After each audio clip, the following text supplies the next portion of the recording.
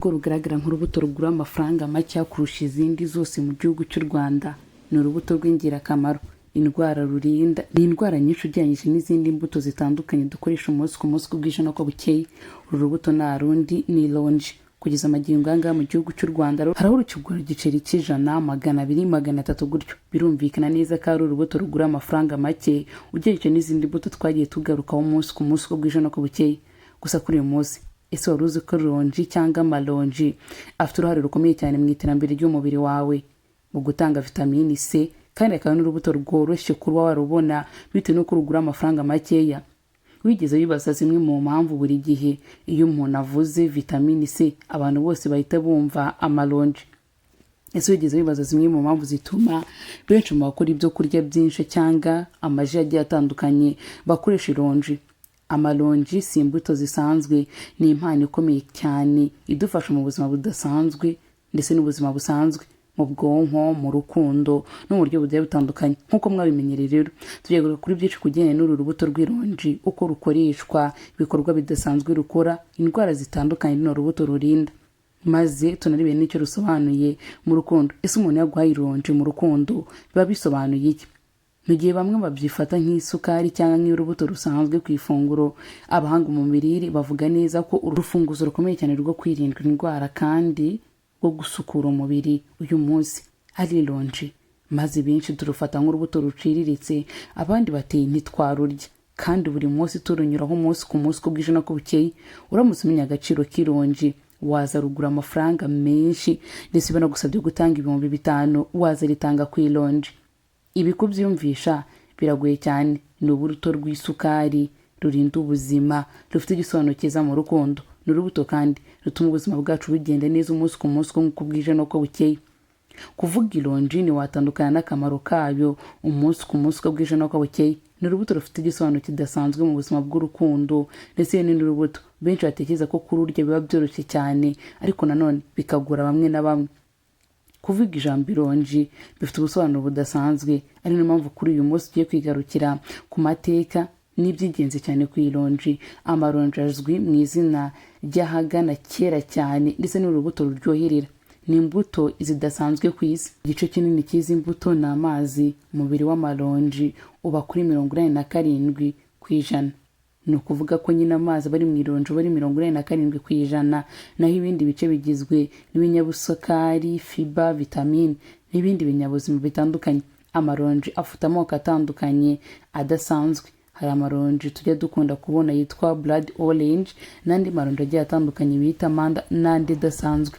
Igishishwa cy'amaronji ni kimwe mu bintu bidasanzwe bigira vitamine zidasanzwe.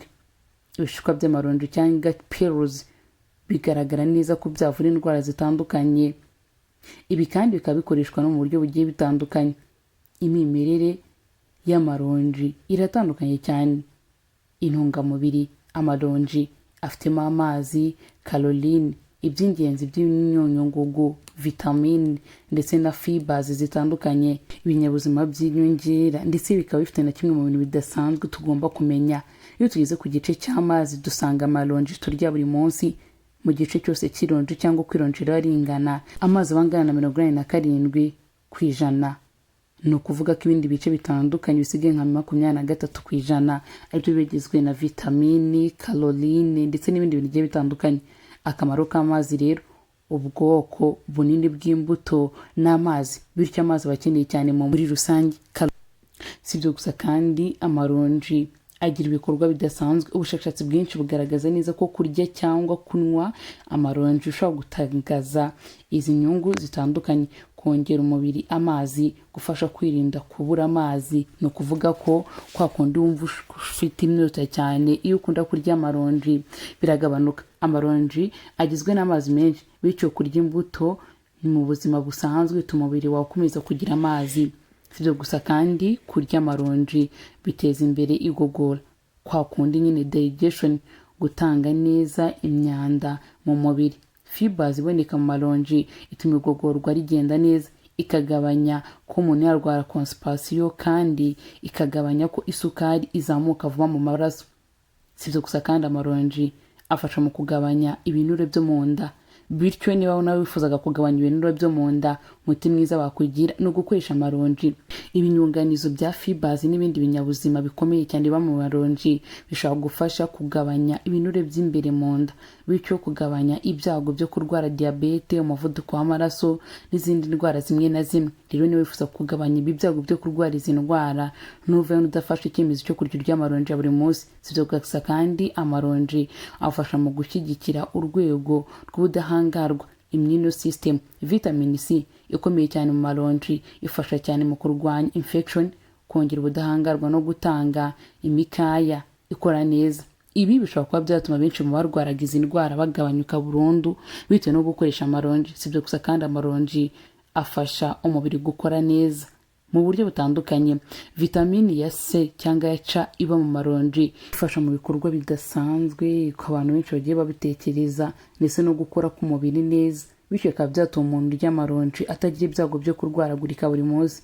Sibyo gusa kandi ibi bifasha kurwanya indwara zifata umutima no kugabanya ibinure bigiye bitandukanye. Mu binyabuzima byinshi bitandukanye ndetse no mu mbuto nyinshi zitandukanye, amaronji ni zimwe mu mbuto zidasanzwe zifashwa mu kurwanya oxidative stress, nko kugabanya ibikorwa cyane cyane mu ndwara z'umutima ndetse n'ibindi bidasanzwe.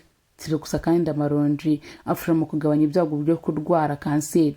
Hari ibimenyetso byerekana ko ibinyabuzima byo mu maronji bifasha cyane mu kugabanya ibyago byo kurwara kanseri izo arizo zose. Si ibyo gusa kandi amaronji afasha mu gushyigikira ubwonko no gutekereza neza. Niba wifuza gutekereza neza kwa buri munsi, ugerageza urya amaronji umunsi ku munsi uko bwije n'uko bukeye.